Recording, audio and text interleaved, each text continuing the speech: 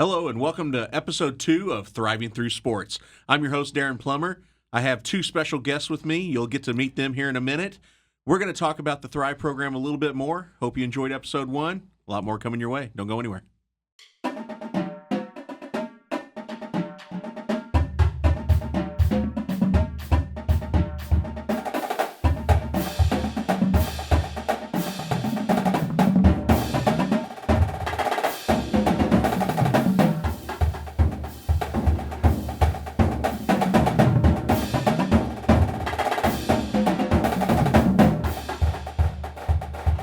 For more information, visit the MIAAnetwork.com.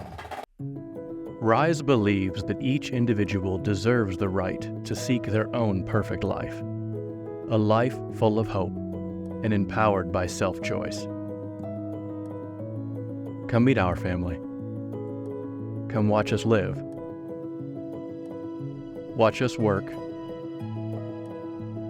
Watch us play. Watch us rise. All right, welcome back to episode 2. I told you we had 2 special guests. One you already know, Gabe Gray. Gabe joined us on episode 1. He's a member of the Thrive student group, I guess you'd say, and he's also part of my sports production class. So we'll talk to Gabe here in a little bit, but we have another special guest, Michael Breckhorst. Michael is part of the Thrive program. I'm going to let him tell you a little bit about what he does. Michael, tell us a little bit about the Thrive program and your role in it. Well, the Thrive program has been here on the university's campus since 2010, and we've served several students. We normally take about 17 or 18 students a year, and like this year we've got 33 students between the first, second, and third year. That's a lot. Having a lot of fun, but a lot of learning going on as well. Yeah. So, one of the things that amazes me, I follow you on social media, and you're everywhere. Every day you're somewhere new promoting the program. right. What kind of reception do you get when you go to these places and you tell them about this program? Is it something that they're familiar with, or are they kind of like when I found out about it, it was like, holy cow, what an amazing concept. It kind of depends. There are a few schools and that's primarily what I do is market the Thrive program, make sure that not only students and families, but also school districts, teachers, special ed teachers know about our program. And some of the schools that I've been at, several times, 5 or 6 years in a row. And so the families will come in and they'll remember. And, a lot of times they'll come as a freshman or sophomore to see what is available. And then I'll see them their sophomore year, and they'll say, okay, next year I'm going to apply and get rolling. But, we do still see a lot of parents that don't know programs like ours exist. Missouri is great that we have several programs in the state that are like Thrive. Okay. Thrive was the first one, and we've helped everyone else come along. Yeah. But are they at other institutions, or yes. are they standalone? Okay. Yeah, UMSL has the Succeed program over in St. Louis. Missouri State has Bear Power in Springfield, and Mizzou just opened up one a couple of years ago called Pause. And then recently we just have a community college up in Trenton that is starting a program this year that's similar too. So did these schools reach out to you all ahead of time and say, what's the legwork to put something like this into place, or how'd that come about? They saw the Thrive program and saw how amazing it is and wanted to emulate it? Yeah, pretty much. UMSL was the first one. They heard about us and they came, and we've always been one, and all the programs in the state want others to be successful. And so we have let them have anything that we have. We converse at least once a month, probably with each other one way or the other, to see how everybody is doing. But we're pretty much the same, but so different. Tough hitting question here. I would assume, obviously the university puts a lot of resources into it, but I'm sure not as much as it takes. Is there federal funding that you all compete for? Yes. Is that kind of hard to help a program get started, knowing that they're going to try to compete for the same funding that you have to go for? Well, as far as funding, there's different options, but what we do is we are a certified transition program for a 2-year program. And what that does for families and students is it does let them become Pell eligible so they can apply for, they do the FAFSA and they look for if they're Pell eligible, they can get some funding there. We also have some great people around the state that have given money to the program to do scholarships. Okay. So last year we gave out about $66,000 in scholarships amongst the students based on Is that their competitive FAFSA. based, or is that? Yeah, I mean, is that it's kind of based on the need. So Okay. we look at, we're able to look at the FAFSA information and get an idea of what families need it, and then we break down to try to help the families get is that going. amazing. That is really cool. So, if you can explain a little bit of a difference in what a Thrive student might have to pay as far as fees and tuition as opposed to another student here on campus. Sure. The students pay the same tuition, the same room, the same meal plan, just like any other student, which means they can do pretty much anything another student does, which helps out. But then I also have to make sure that Thrive is self-supporting. Yeah. And so we do, we have a Thrive fee that's due once a year, and that fee pays for the recreation that we'll probably talk about here in a little bit. It pays for their books. It pays for some of the Thrive activities we might do.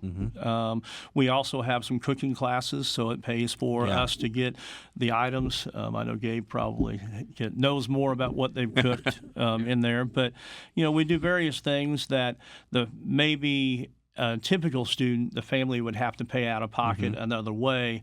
That's kind of included in the fee. It's kind of a package deal. Yeah. Kind of an all-in-one type situation. So when a student is interested in the program, what is the admission scenario for that? Is it minimum requirements that they have to meet, or is it, explain that a little bit. Okay.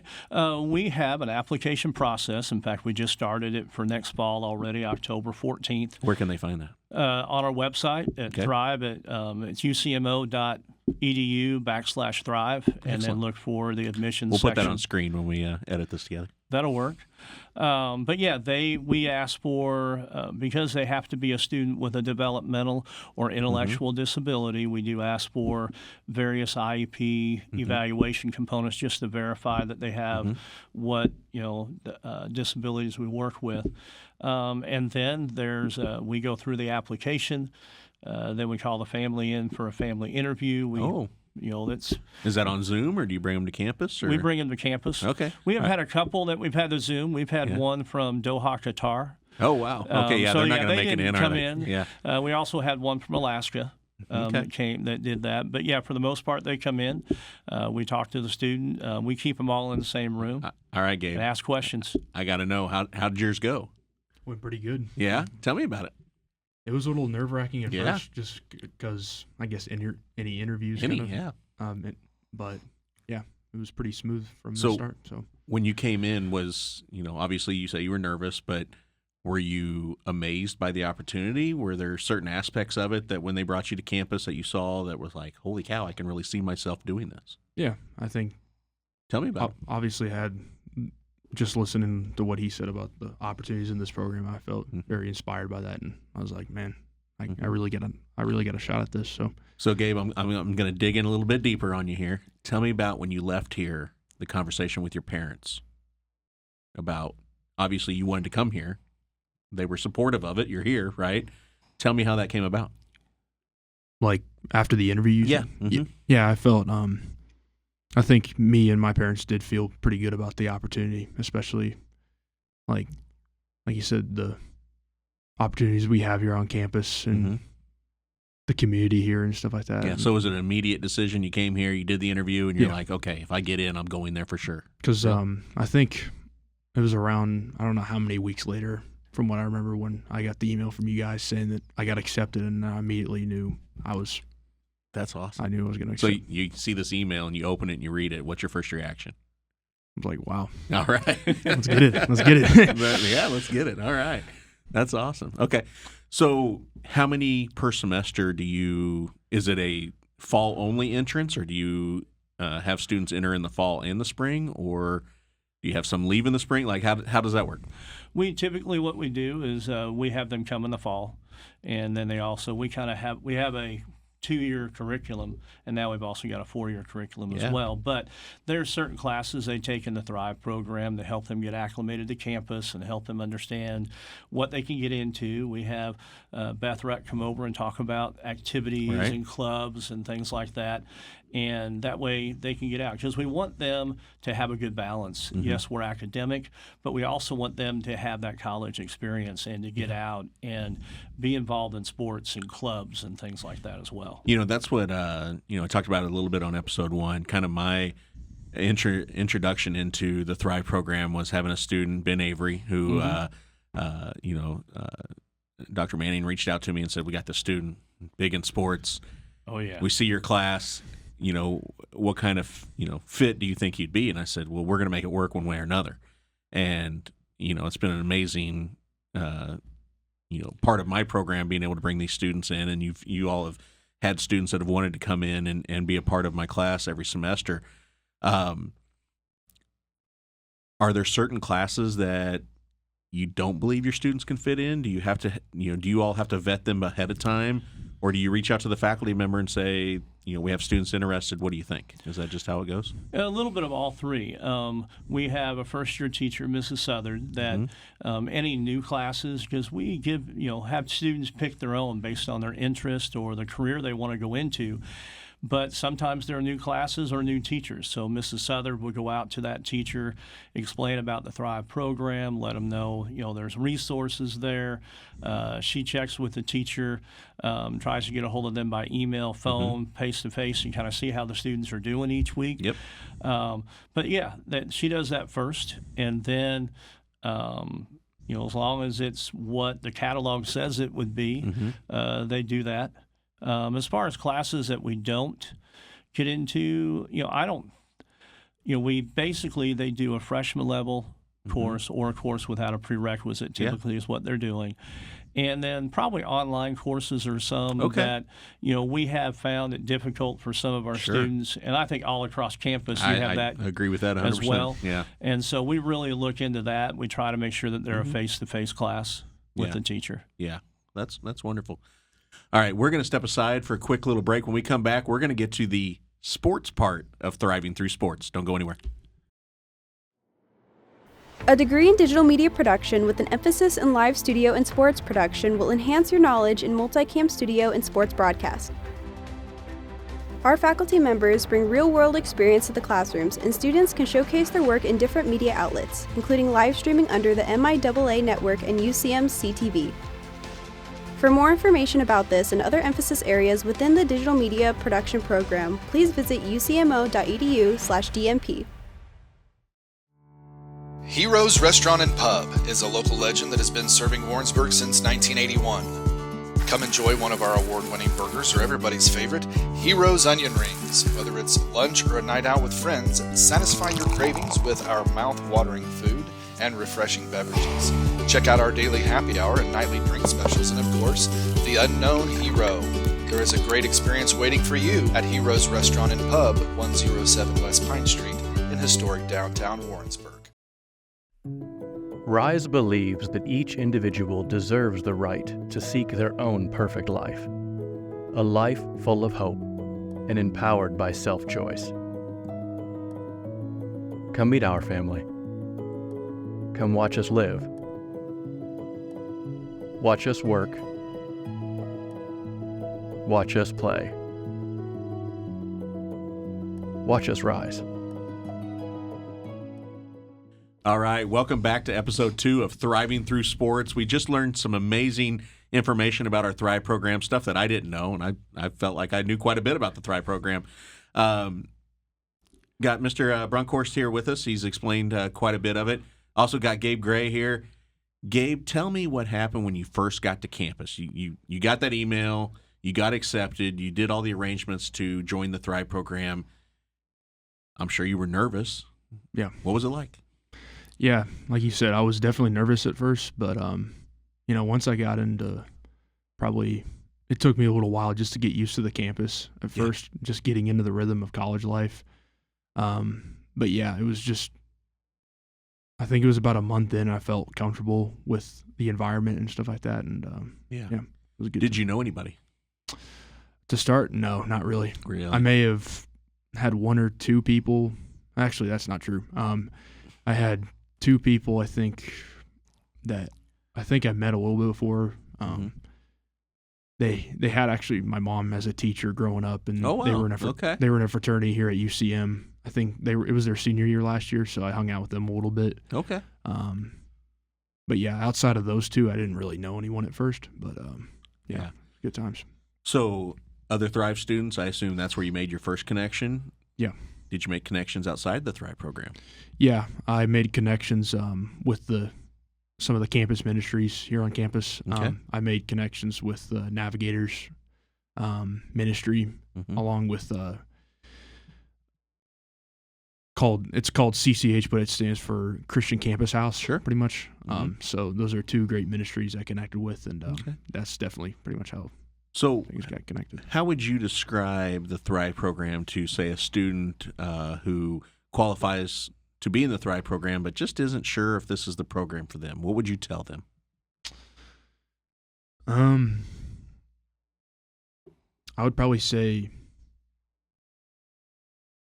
I guess, believe in yourself and try to just believe you can do it. Don't just have confidence. Don't ever have doubt in yourself or something like that. And that's pretty much with anything. But Gabe, that's inspiring. I mean, that's, I think that goes with anything. It's not just somebody that's wanting to enter the Thrive program. I think that's just going to college in general. So I love how you made that connection of, you might have some doubt, but trust yourself and believe in yourself. That's really cool. there's going to be days where you're going to doubt yourself in Yeah. a lot of ways, but confidence goes a long way. So Yeah, that's awesome. That's awesome. So thriving through sports, Mhm. right? That's what we're here to talk about. What kind of sports have you been involved in so far, say this semester since you've been here? So, unfortunately, that was a swing and a miss for me last year. I didn't really get involved with the sports parts. That's a thing I regret and look back in. But something I'm probably definitely want to get involved with. Yeah. Coming up is basketball, and We talked about that a little bit yeah. last time. Basketball and pickleball. Kind of a question for both of you. Student comes to you and says they want to do a sport. Does it take a big group of all students all wanting to be interested in doing that, such as pickleball or whatever, or kind of explain how you get them into a position where they get to do something that they want to do? Sure.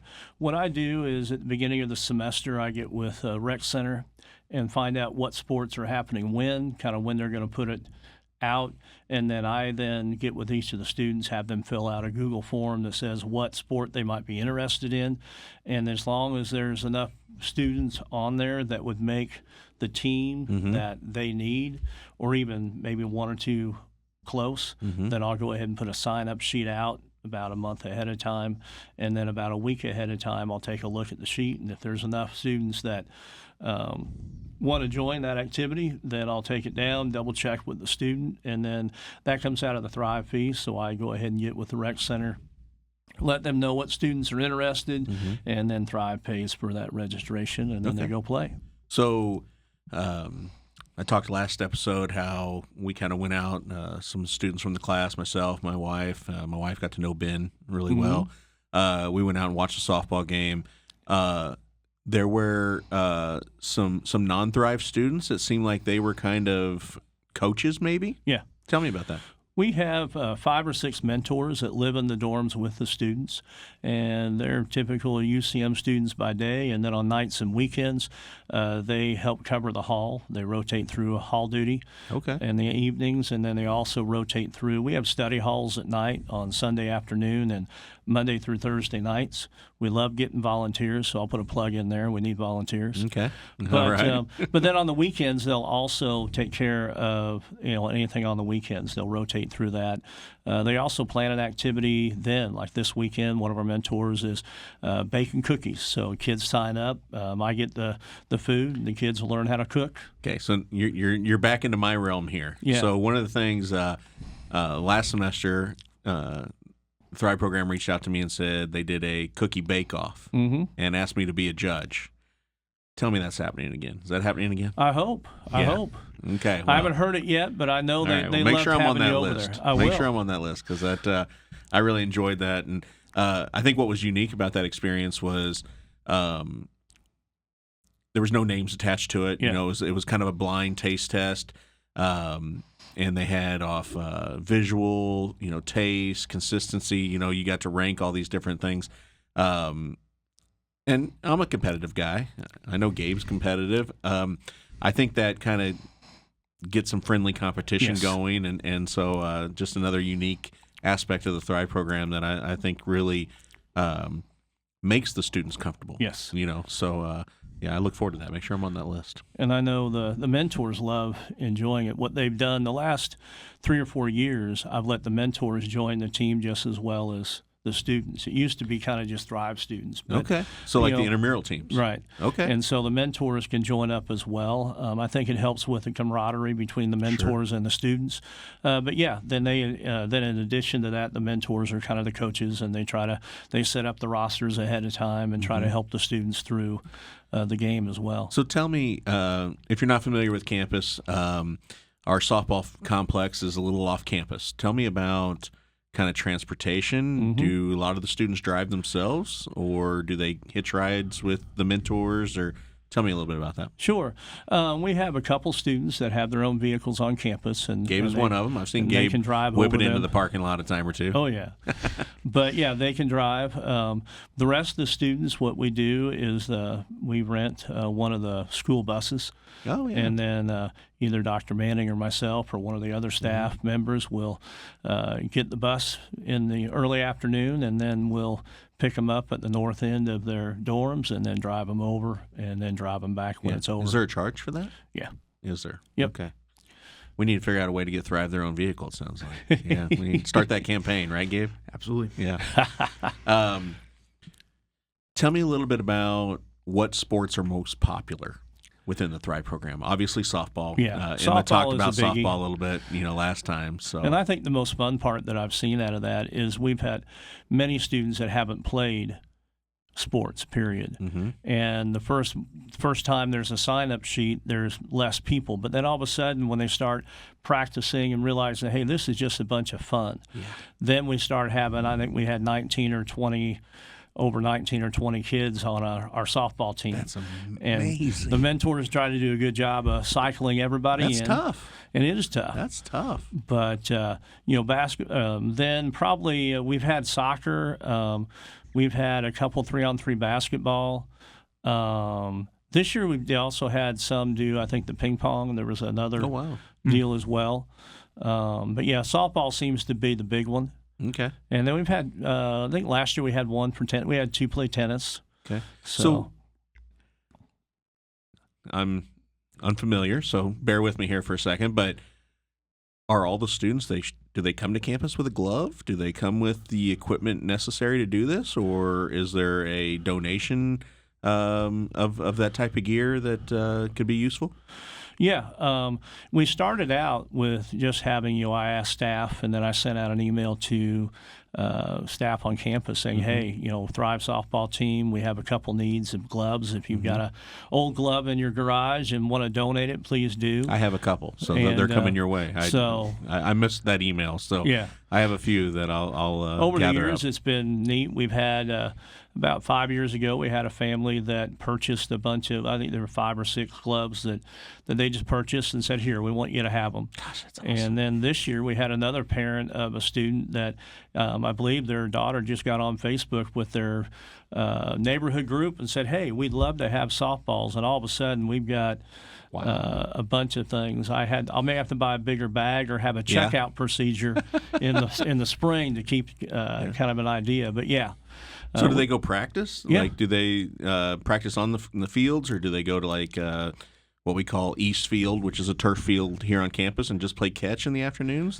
Yeah, a lot of times what the mentors will do is they will set up practice times on, Friday, Saturday, Sunday afternoon or evening, and they'll go, I guess it's probably the East Field over there behind Ellis, and practice there and do a couple hours, try to make it fun. I know one time the mentors had water balloons out there for them to hit instead of softballs, and that seemed to be the fun. I don't think I'd do that right now. A little chilly. Yeah. little chilly. When it gets to be spring and warmer, that might be something they try. So let's go back and talk about the mentors a little bit. Is that a full volunteer position? Are there any paid positions? Are there any scholarship type positions that mentors can go for? Yeah, part of it's the a little program? bit of both. A lot of times we'll start getting with our volunteers. If we have an opening the next semester or the next year, we'll email the volunteers that are helping us already and say, hey, we've got a mentor position opening up. If you'd like to talk to me more about it, shoot me an email and we'll talk. Then once we get them as mentors, we pay for their room and their meal plan for them to be here during the semester. They're a mentor. And how many of those do you have? We have 6 right now. We have 5 6. regular and then 1 lead mentor. Okay. And then how many volunteers? Volunteers this semester we had 9. That's awesome. So, Do you think that, or is there a particular type of major that these students are coming from, or do you find a wide variety of majors? most of them come from, teaching, education, social work, counseling, psychology, but we also have one this year that's in being a professional pilot. So, they come from all over. That's awesome. All right. We're going to step away for another break, learning some fascinating things about our Thrive program. You're not going to want to miss how we end this episode. Don't go anywhere. Rise believes that each individual deserves the right to seek their own perfect life, a life full of hope and empowered by self-choice. Come meet our family. Come watch us live. Watch us work. Watch us play. Watch us rise.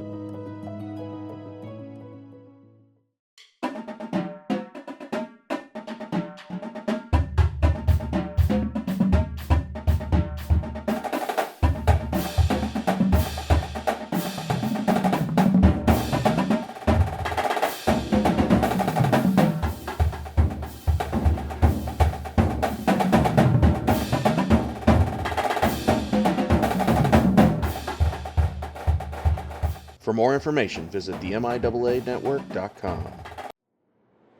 A degree in digital media production with an emphasis in live studio and sports production will enhance your knowledge in multicam studio and sports broadcast. Our faculty members bring real-world experience to the classrooms, and students can showcase their work in different media outlets, including live streaming under the MIAA network and UCM CTV. For more information about this and other emphasis areas within the digital media production program, please visit ucmo.edu/DMP. All right, welcome back to episode 2 of Thriving Through Sports. We've had an amazing time. Time has flown by.